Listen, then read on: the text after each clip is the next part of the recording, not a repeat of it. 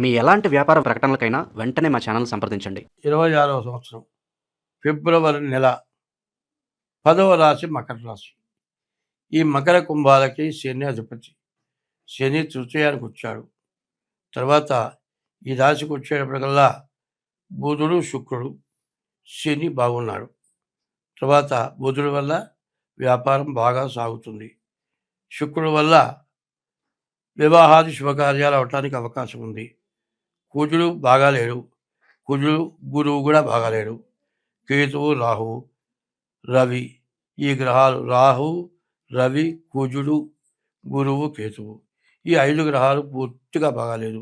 బాగున్న గ్రహాలు ఏంటంటే బుధుడు శుక్రుడు శని ఈ గ్రహాలు బాగున్నాయి. అయితే చెప్పాలి అంటే జరిగిపోయిన మార్చి 2025 మార్చి 30 దాకా ఆ ద్వితీయ శని మరి ఏళ్ళనాడు శని చివరి భాగం అయిపోయింది.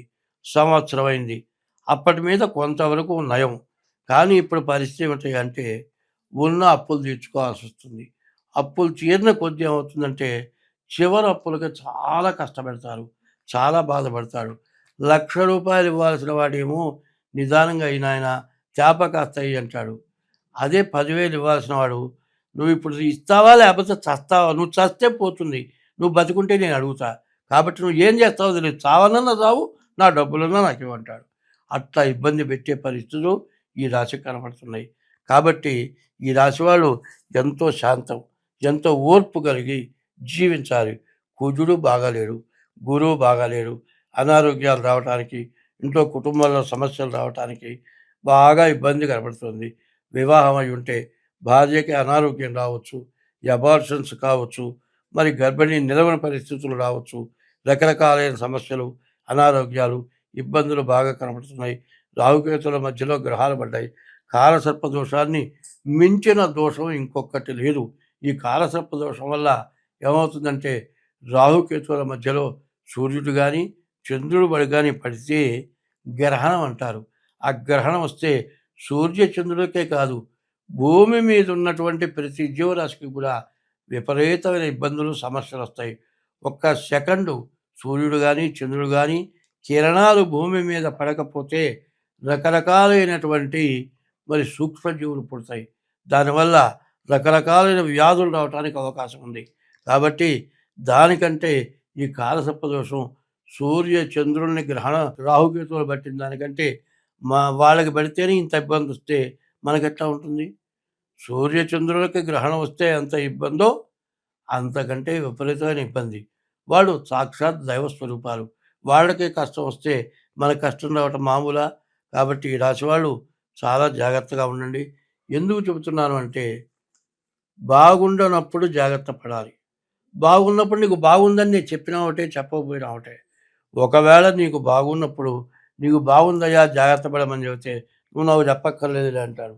ఇప్పుడు కూడా ఎట్లా ఉందంటే బాగున్నప్పుడు జాగ్రత్త పడమంటే ఎట్లా జాగ్రత్త పడమంటావా అంటే ఖర్చులు తగ్గించుకో, అనవసరమైన ఖర్చులు మానేసి గుడ్డ కట్టుకున్నా పట్టుగడ్డు కట్టుకున్నా గుడ్డ ఒకటే, అది విలువ గలది, ఇది విలువ తక్కువది. అయితే పట్టుబట్ట చెమట గుంజదు, నూలుగుడ్డ చెమట గుంజుతుంది.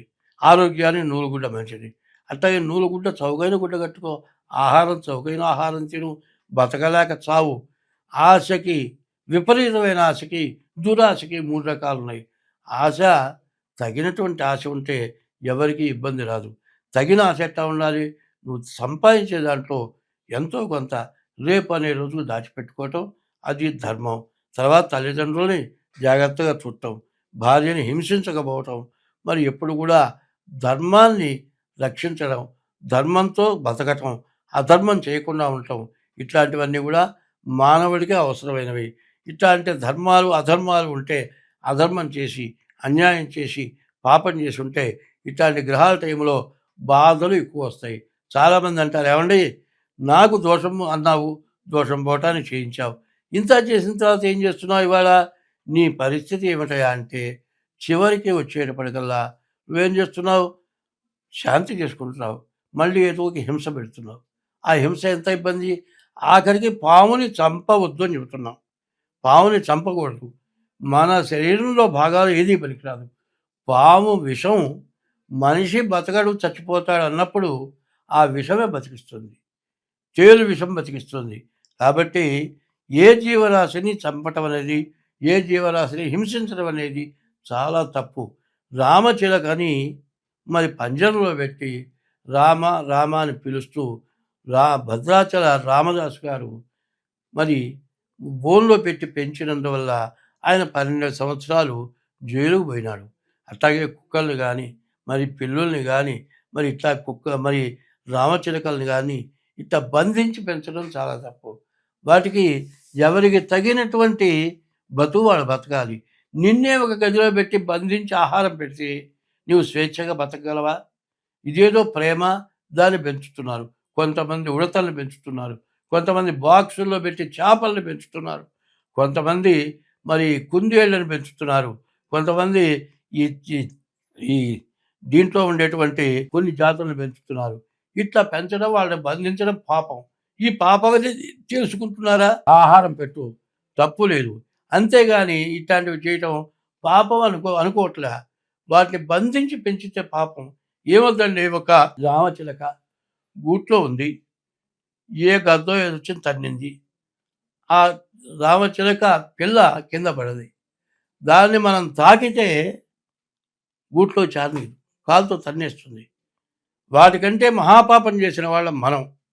కనీసం పిచ్చుకైనా సరే మనం తాకి గూట్లో పెడితే ఆ పిచ్చుక ఆ పిల్లని తన్నేస్తుంది. మిగతా వాటికి పాపం అంటుతుందని భయం.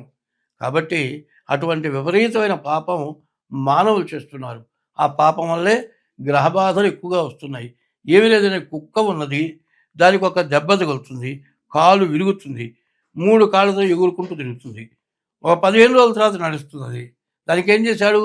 రోగ నిరోధక శక్తి భగవంతుడు ఇచ్చాడు. మన కాలు ఇరిగితే దాని అంతటా అది అతుకుతుందా? అతుక్కోదు. భగవంతుడు ఎట్లా పుట్టించాడు? విరిగిన కాలు దానంతటా అది అతుకుండేటట్లుగా భగవంతుడు సృష్టించాడు. మనకేం చేశాడు? మనకు అన్నీ ఉండి కూడా కాలు విరిగితే అతకదు. డాక్టర్ రావాలి, కట్టుకట్టాలి. ఇటువంటి పరిస్థితులు భగవంతుడు పెడితే నువ్వు ఎవరివి? ఏ జీవరాశిని హింసించే అవసరం నీకు ఎట్లా ఉంది? ఏ జీవరాశిని పోషించే అవసరం నీకు ఎట్లా ఉంది? పెట్టు, ఆహారం పెట్టు, వదిలేసి దాన్ని బంధించొద్దు. ఇట్లాంటి పాపాల వల్ల ఈ రాశి వాళ్ళకి రకరకాలైన పాపాలు రావడానికి అవకాశం ఉంది. కాబట్టి జాగ్రత్త పడండి. మీ డేట్ ఆఫ్ బర్త్ జాతకం చూపించుకోండి, అన్ని విధాలా బాగుంటుంది. తర్వాత ఏంటంటే, ఈ రాశి వాళ్ళు ఎప్పుడు కూడా నేను చెప్పేది ఒకటే మాట: తల్లిదండ్రులని జాగ్రత్తగా చూడండి. తర్వాత తల్లిదండ్రులకు అన్నం పెట్టండి. బతికున్నంతకాలం వాళ్ళని జాగ్రత్తగా చూడండి. చచ్చిన తర్వాత వాళ్ళకి పిండ ప్రదానాలు చేయటం, ప్రతి సంవత్సరం వాళ్ళ పేరుతో ఏదో ఒకటి చేయటం, ఇది చాలా అవసరం. ఇట్లా చేయని పక్షంలో మీరు చాలా ఇబ్బంది పడతారు. స్వస్తి.